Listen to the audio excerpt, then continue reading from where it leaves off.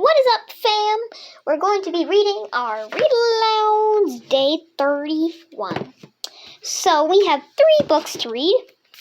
It's the nursery collection, the new book we started, our project rules, and our natural resources.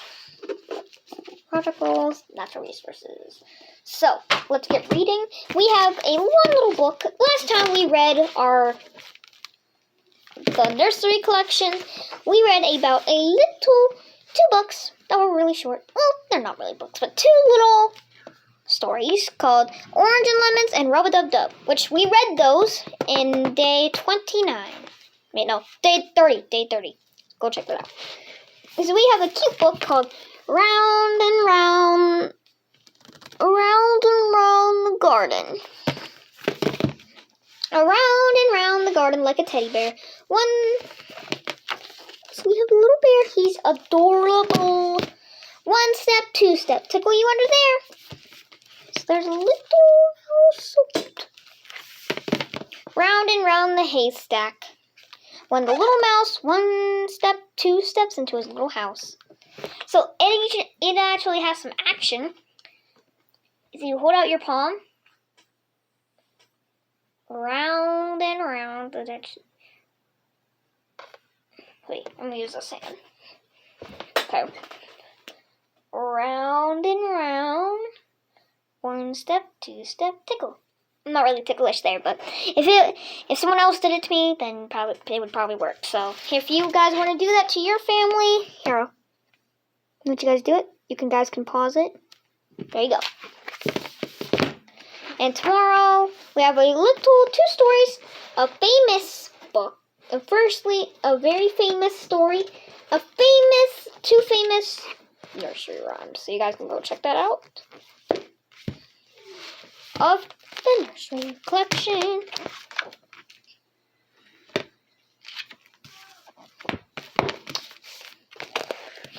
And leave just like that. Alright, let's do our project rules. So last time we read on our project rules was just very short. He was thinking of this little comic for the school paper, and he was thinking of something else to write for it. So you guys can go check that out. Pretty short, and we read it in day 28. Pretty short, 6 minutes long, not that much. Today's Monday in their world. Happy Labor Day, everybody. Let's get reading. Well, good news on the talent show. The trials were today, and me and Scotty didn't make it in. Okay, so maybe I could have done a better job as Scotty's assistant, but I didn't blow it on purpose. I just forgot to hand him props once or twice. So look, he's just reading a newspaper. He's not even trying to help. We were the only ones who didn't make the cut, and that actually is kind of embarrassing. I know we weren't exactly the best trying out today, but we weren't the worst either. Some of the acts that just got a lot lamer than our magic act. The kindergarten named Harry Gilbertson made the cut, and all he did was a roller skating figure 8s around a boombox that was playing Yankee Doodle Dandy. So this little kid, he's so cute. Roderick's band made it in too, and he's acting like that's some huge accomplishment. Like I said before, Roderick is really excited about the winter talent show. In fact, he actually got his science fair project done in a day early so he could squeeze in some extra band practices before the big night. But when Roderick turned in his project, his science teacher told him he was going to have to start over and come up with a whole new idea. He said that Roderick didn't use scientific method. With a hypothesis and inclusion on all that. Roderick's school teacher, he actually grew a 1/16 of an inch during his zero gravity experiment. So that proved he was onto something. But his teacher said it's a normal amount for a boy. But his teacher said that's normal for a boy Roderick said to grow in a month. So the teacher, not the science teacher. Well, this really stinks for me because I had decided to do my science fair project on zero gravity too. And now it just looks like all the research I did was just a big waste of time.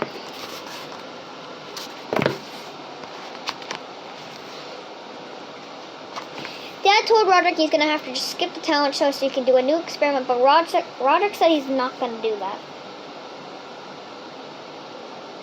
Roderick told Dad he doesn't care about school anymore. He said his plan is to win the talent show and use the table of performance to get signed to a record label. then he'll quit school and just do the band full time. It sounds like a terrible plan to me, but I think Dad is pretty open to the idea. So he likes the idea, actually. And tomorrow is going to be Wednesday. So I'll help you guys with articles. Now we're going to read our wonderful natural resources. So last time we read natural resources, I almost said articles. We read about early civilization, about this method that they use called the Three Sisters. So you guys can go check that out. We're going to read Corn Belt, just pretty short. In the United States, most of the corn was and still is grown in Midwest Corn Belt.